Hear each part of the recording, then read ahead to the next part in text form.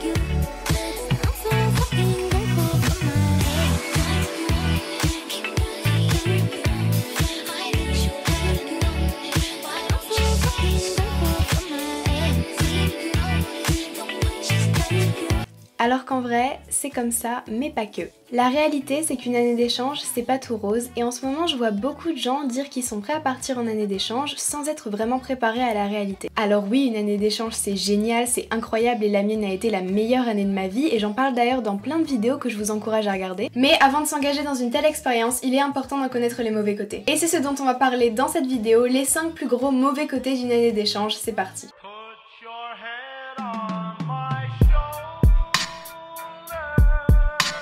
Le redoublement. C'est le premier truc auquel on pense quand on pense aux inconvénients d'une année d'échange à l'étranger, c'est que dans la plupart des cas, il n'y a pas d'équivalence au côté scolaire de l'année que vous allez faire dans votre pays étranger et du coup vous allez devoir redoubler en rentrant en France. J'utilise le mot redoubler parce que c'est celui qui est compris par le plus de monde, mais personnellement je vois pas du tout ça comme un redoublement, je vois beaucoup plus ça comme faire son année tout simplement après qu'on soit parti. Parce qu'un redoublement ça a une connotation péjorative que je trouve pas forcément ouf et qui n'est pas légitime dans ce cas-là. On me pose très souvent la question et oui il y a des moyens pour ne pas redoubler et c'est de passer le bac en candidat libre ou alors de faire le CNED en étant aux États-Unis ou dans le pays dans lequel vous allez aller. Je ne m'y connais pas beaucoup donc je pourrais pas vous donner plus de renseignements sur le sujet parce que tout simplement j'ai pas essayé parce que je savais que ça allait me priver entre guillemets d'une partie de mon année. Tout simplement parce que si on fait une année équivalence en parallèle de faire son année d'échange, ça va forcément nous demander une quantité astronomique de boulot en plus parce qu'on est déjà au lycée aux États-Unis, on fait pas rien quand on est là-bas. Si vous avez des cours à côté, vous allez devoir beaucoup plus bosser et ça va vous priver entre guillemets d'une partie de votre année d'échange et aussi je trouve que ce qui rend une année d'échange aussi cool parfois c'est aussi de se déconnecter complètement de son pays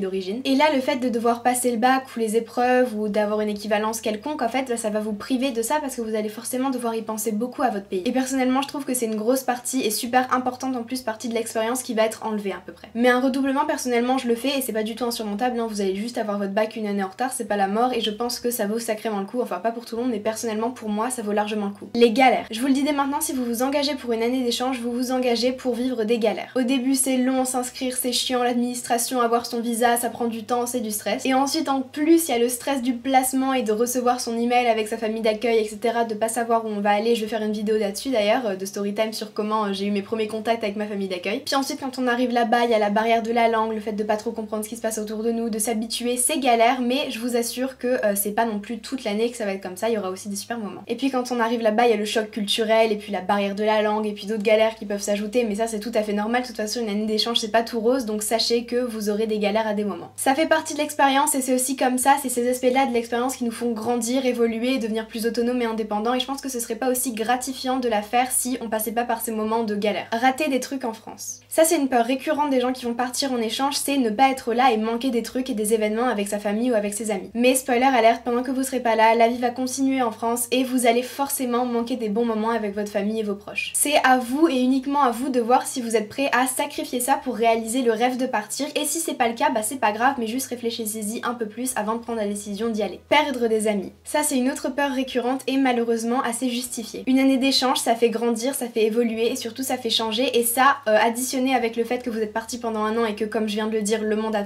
quand même continué de tourner, ça veut dire que parfois les choses, les gens et vous-même vous allez avoir changé et que les choses seront forcément plus jamais comme avant. Et ça c'est le genre de truc dont certaines amitiés peuvent vraiment pâtir. repartir. Après c'est un mal pour un bien parce que ça fait faire le tri dans ses amis et ça permet de repartir peut-être sur une base plus saine, mais en tout cas à votre retour attendez-vous à un décalage avec les autres. Et enfin, et ce point négatif là c'est vraiment le pire pour moi, les au revoir. Ça fait très mal et je parle pas forcément des au revoir de début d'année quand on dit au revoir à sa famille, à sa famille de notre pays, sa vraie famille quoi pour partir. Même si ceux-là font aussi mal d'une autre manière, les pires et de loin c'est 100 fois pire, les au revoir de fin d'année d'échange quand on dit au revoir à ses amis et à sa famille d'accueil. C'est pire parce que tu sais pas quand est-ce que tu vas les revoir et que ça c'est dur à vivre. Et c'est la fin d'une époque parce qu'une année d'échange c'est une seule fois dans une vie et que ça se reproduira plus jamais quoi. Et suite à ça, une fois de retour en France, ça peut être compliqué d'arriver, de se réadapter et de se remettre à vivre sa vie comme avant, même s'il y a un an qui est passé. Je vous ferai une vidéo sur comment gérer ça un jour quand j'aurai moi-même trouvé comment gérer ça parce que j'en suis pas encore complètement remise. Mais malgré tout ce que je viens de vous dire, je regrette pas un instant la décision d'être partie, c'était une expérience inoubliable et de loin la meilleure année de ma vie pour l'instant. Mais comme dans tout, il n'y a pas eu que du positif, mais j'assume mes choix et leurs conséquences, qu'elles soient positives ou négatives. Mais si vous n'êtes pas encore totalement sûr d'être prêt à partir, sachez que je vais bientôt sortir une vidéo dans laquelle je vous donnerai l'accès au téléchargement gratuit d'un test que j'aurais fait moi-même pour savoir si vous l'êtes ou pas. Vous inquiétez pas, je vous expliquerai tout dans la vidéo, ça sort bientôt, abonnez-vous pour y avoir accès, je vais essayer de faire au plus vite même si en ce moment j'ai 4000 trucs à faire. Bref voilà, c'est tout, c'est la fin de cette vidéo, mon Insta est dans la description et il s'affiche juste ici, suivez-moi si vous voulez voir un peu tout ce que je fais parce que c'est là où je suis vraiment la plus active, pour que vous puissiez me donner votre avis parce que c'est là où je vous pose des questions, où je vous demande votre avis sur plein de trucs et c'est aussi là où je poste toutes mes petites aventures, alors allez-y. Et moi je vous laisse, à la prochaine.